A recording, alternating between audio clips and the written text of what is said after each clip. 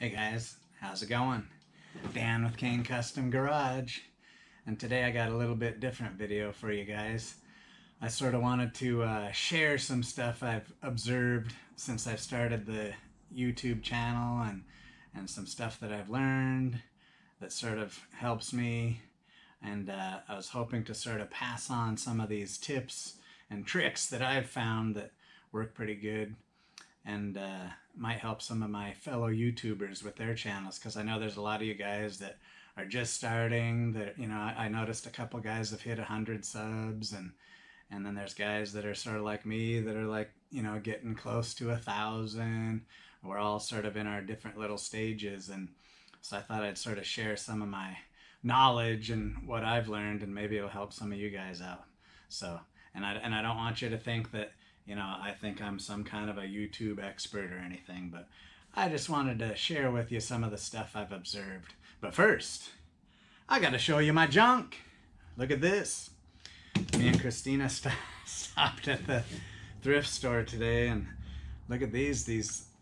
I never really messed with these. I guess it's called a brace and bit drill. And if you guys can give me any insight on these, they're pretty cool. But yeah, I just thought they were so neat because, you know, obviously they're old, but they have these really cool wooden knobs on them and wooden handles, and it has some kind of a ratcheting system on it.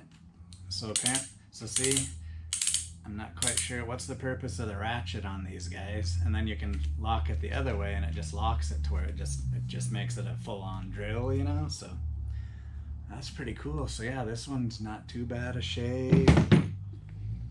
This one, I really like the red color on the wood, but the knob up here is all busted. That sort of sucks. So this one's a little bit trashed.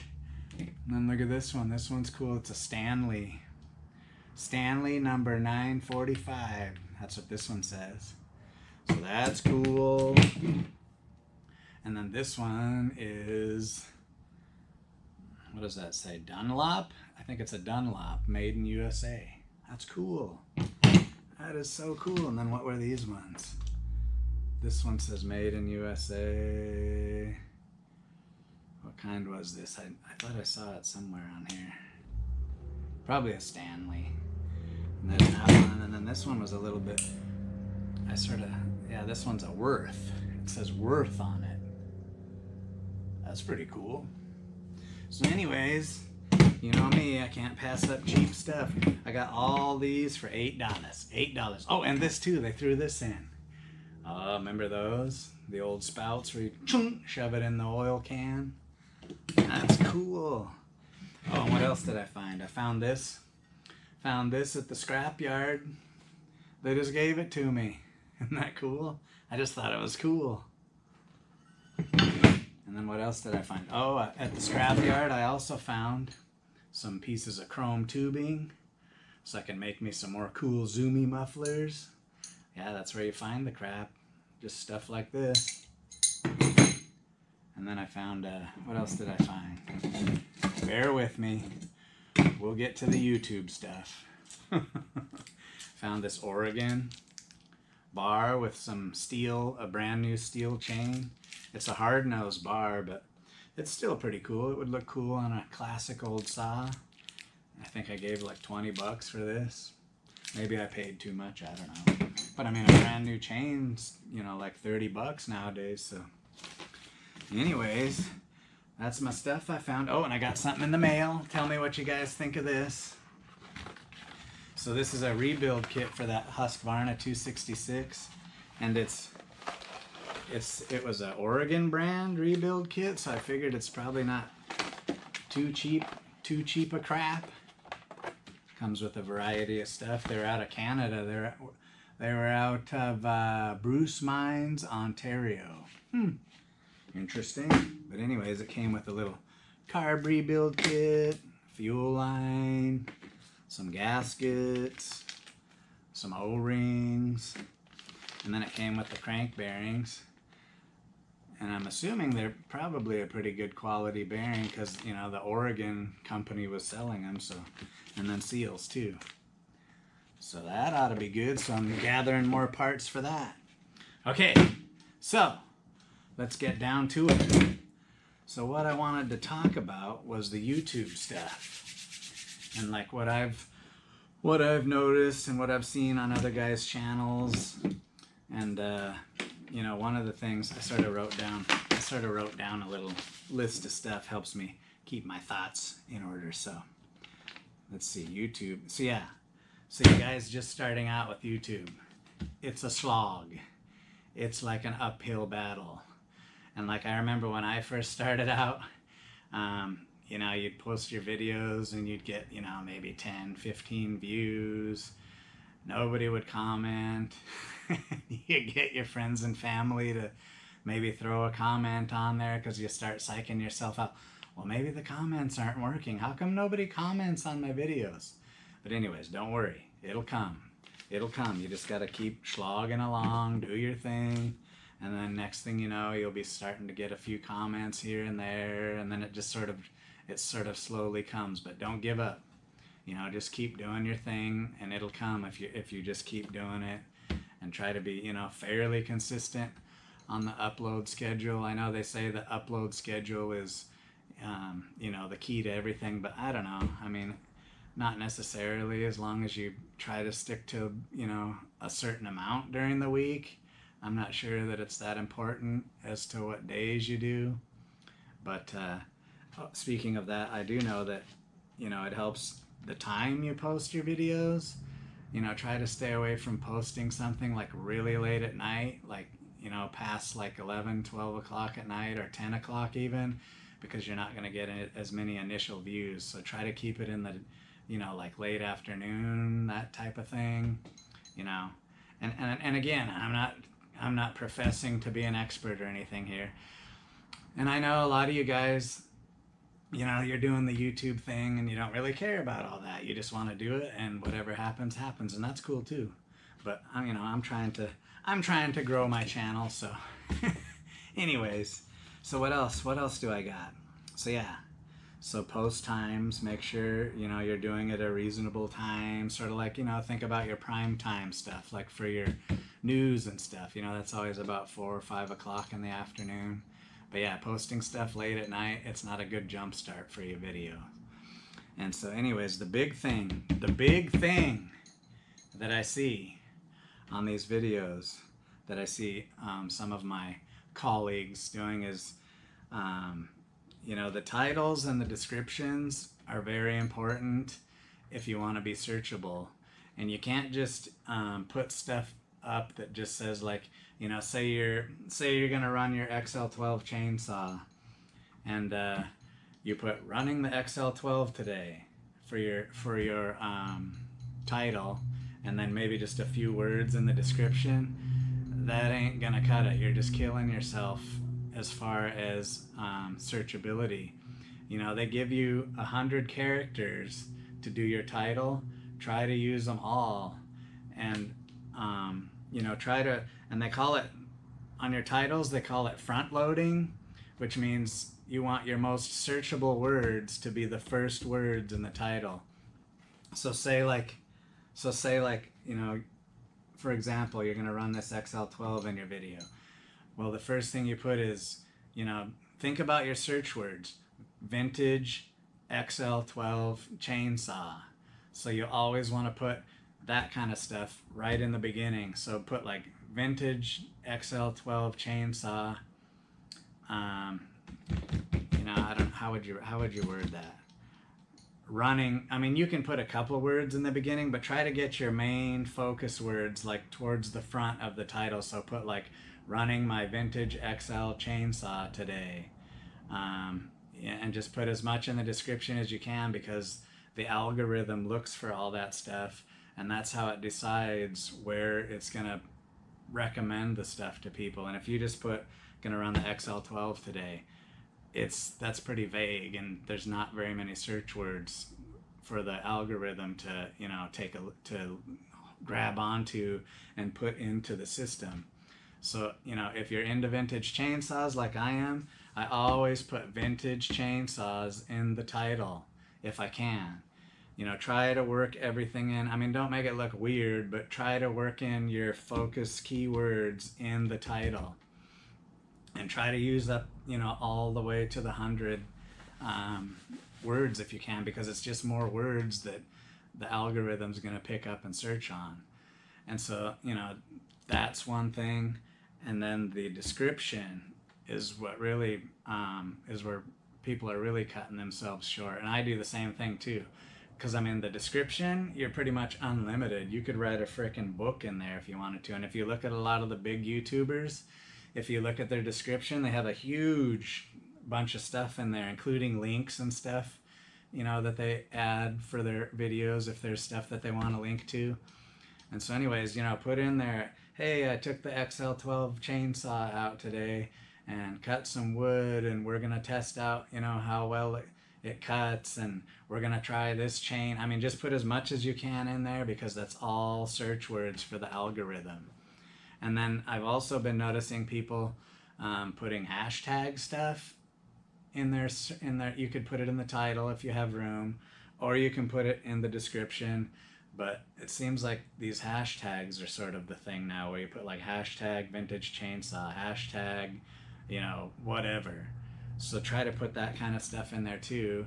And then that way, you know, your stuff is way more searchable. When somebody puts in like vintage chainsaw, your video might pop up like when they do a Google search. But if you just put ran my XL12 today, it's not going to come up in a search. So keep that in mind. Keep the search words in mind. Put as many words in there as you can. And then, you know, so yeah, title, you get up to 100 characters. Description is pretty much unlimited. So, I mean, it's up to you as much as you want to put in there. It's not going to hurt anything. Just try to stay on topic. Like, don't confuse the algorithm and put a bunch of stuff like, you know, like, I'm going to work on my chainsaw today, and then I'm going to work on my car, and just sort of keep it all relevant. So that's so that's your titles and descriptions.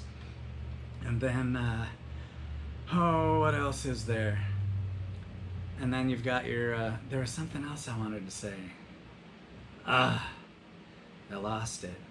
Yeah, I got the hashtags in there. Oh, tags. You know how down in the advanced mode, in the bottom when you're doing your stuff, you can put tags in too. And I guess in the past, you had to, you know, guys would put a big list of tags in there in the tag part, but I don't know. A lot of people argue that the tags aren't as relevant anymore, so I don't know. I don't put a whole lot of tags in. I probably should, but you know, that's another thing you can do to put the search words in. But anymore, I think anything that you have in the title and description is basically going to show up on the algorithm. So anyways, food for thought. That's the one thing that I see guys, you know, lacking on, is the titles and the descriptions. Not that I'm an expert. I'm just saying, that's what I've observed. So remember, put as much stuff in your title as you can. Don't just put vague stuff in there. Oh, that's what I was going to talk about. Evergreen videos. Have you guys, you know, I'm sure you guys have heard of evergreen videos. An evergreen video is a video that you put out there that's going to stay relevant and keep getting views for a long period of time. So like, for example, I've got a few that constantly get views. You know, they're just steadily getting views even after like a few months. So what you want to think about is stuff that people are going to be searching, like general terms, not such specific stuff like the things I do. Like I'll do like, you know, I did a bunch of saws where I'd take like an 031 steel and just do a video about it, like the features and a little bit of the history about it. And that's going to stay on YouTube for years, you know, and people are going to keep searching that, and it's just going to keep getting views. That's called an evergreen video. And so you guys sort of, you know, if you want to get more watch time, especially because you need to get that 4,000 hours of watch time, the evergreen videos are what's going to give you that watch time. And so like when you're doing these little update videos, like even like this video that I'm doing right now is probably going to get some views at first, and then it's going to die off, and then it might piddle along, and it probably won't get any views after a month. And those are sort of like the more short-term videos, like, you know, a lot of these ones where I'll show some junk that I found. you know, just, or like the midweek update videos, those ones, you know, those are specific to your channel, and they're going to get views initially, and then it's just going to sort of die off, and then that's, you know, and it's just going to be a dead video basically. But the evergreen videos, if you can find something that's like helpful to people, you know, even a couple years down the road, or like a, you know, like a review, or a, you know, like I do the little history of chainsaws, like my XL12 chainsaw one, where I was like, you know, the XL12 chainsaw, a brief history, and I just sort of brought out a bunch of XL12 chainsaws and did a little, you know, history of them, some of the features of them. You know, that's sort of a timeless video that'll probably be out there for years, you know, who knows. So anyways, evergreen videos, that's the one I was going to remember. That's the one I was going to remember. Try to make some evergreen videos like that. Oh, like that XL12 chainsaw one that I have. You know, the history of XL12 chainsaws, it's got like 6,500 views, maybe almost to 7,000 views by now. And I think it's got like, I can't remember how many hours of watch time, but it's a lot. It's like, I want to say it's like 500 hours of watch time. And so, I mean, that's how you get your 4,000 hours of watch time. You got to have an evergreen video. And that's another thing to watch, is the length of your videos. You know, try not to make them too short, but try not to make them too long either. I found that like 15 to 20 minutes is like a pretty good video length.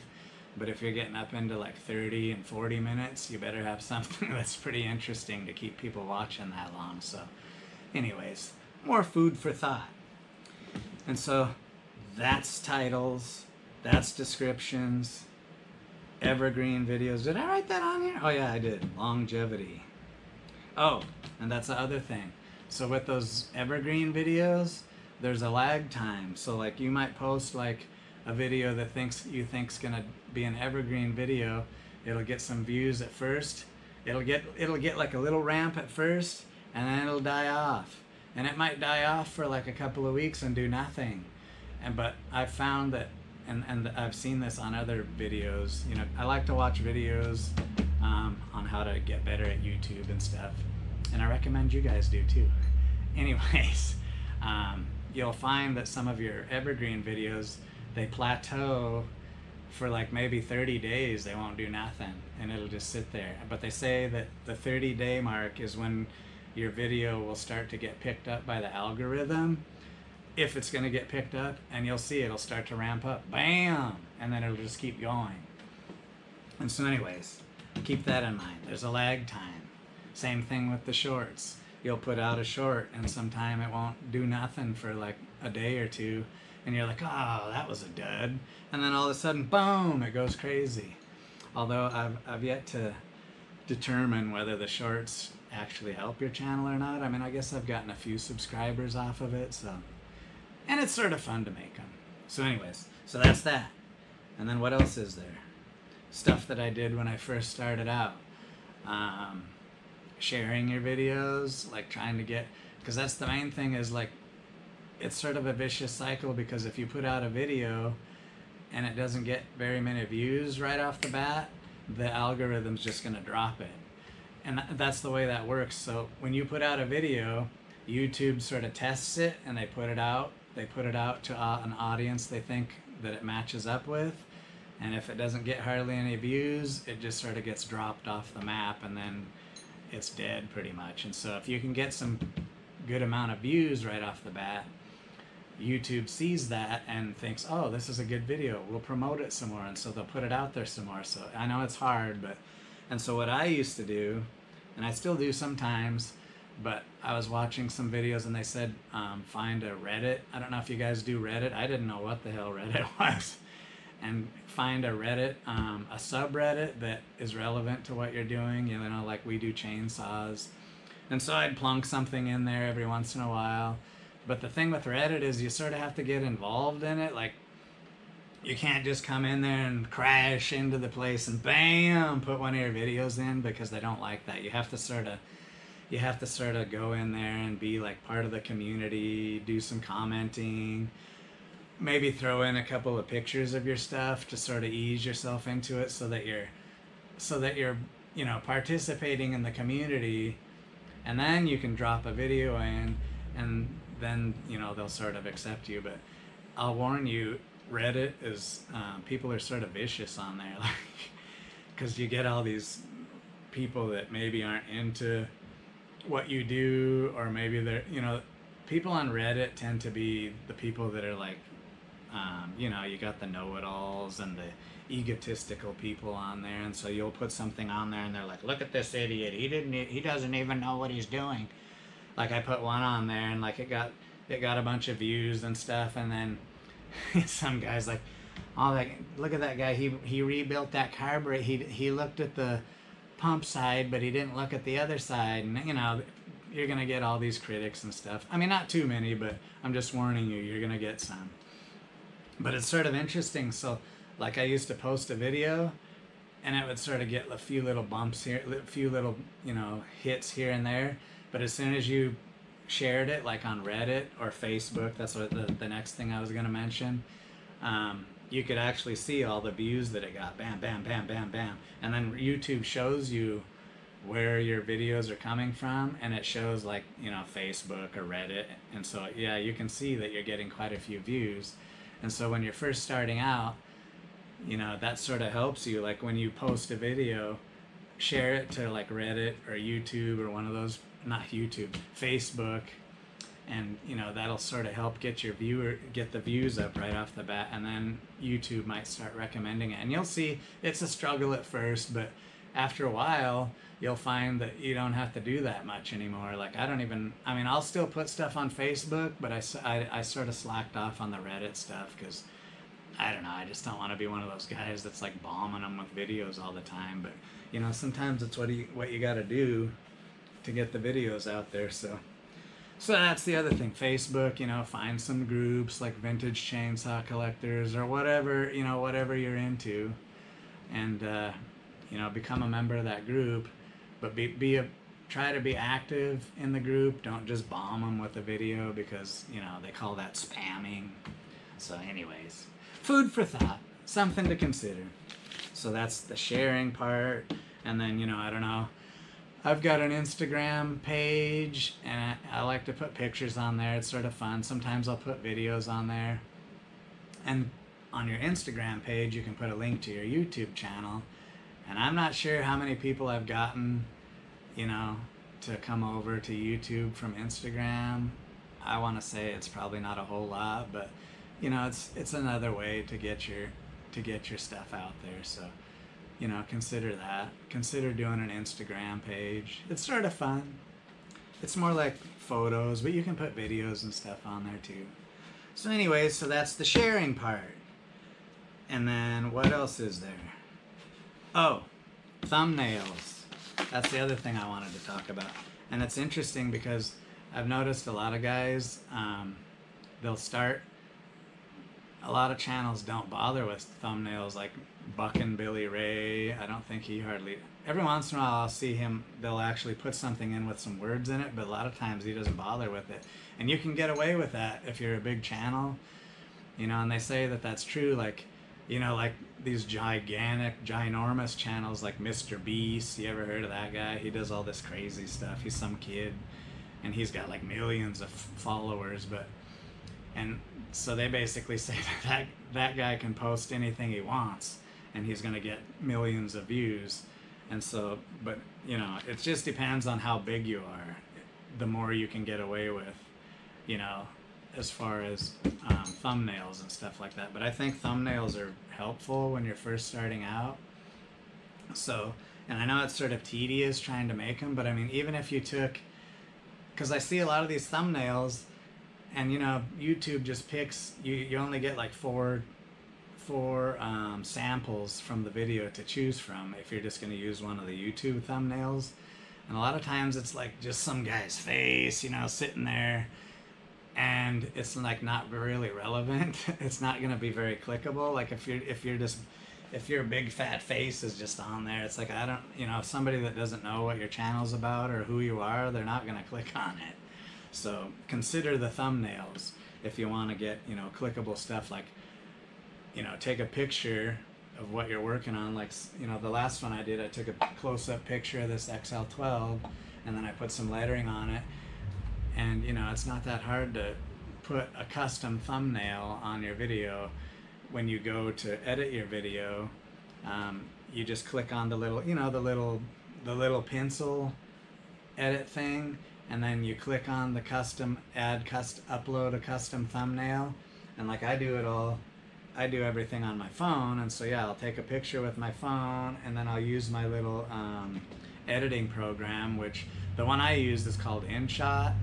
And the way I found that program is, like I said, I watched some videos on YouTube on how to, you know, start your YouTube channel and make your YouTube channel better. And so anyways, they recommended, the one they were using was InShot, and so I was like, okay, I'll use it. And so I just sort of fell into it, and it's actually a pretty good little program. It's just an app you can put on your phone, and I think the basic form of it is free, and then if you want like more stuff, I think it's like $5 or $10 a month. But yeah, it's called InShot. So there's my plug for InShot. Where's my money? Where's my money, InShot? So anyways, that's what I use. But yeah, I just do all my editing on my phone. Oh, look at this. Butler Outdoors Canada, always doing a Friday powwow. That's crazy.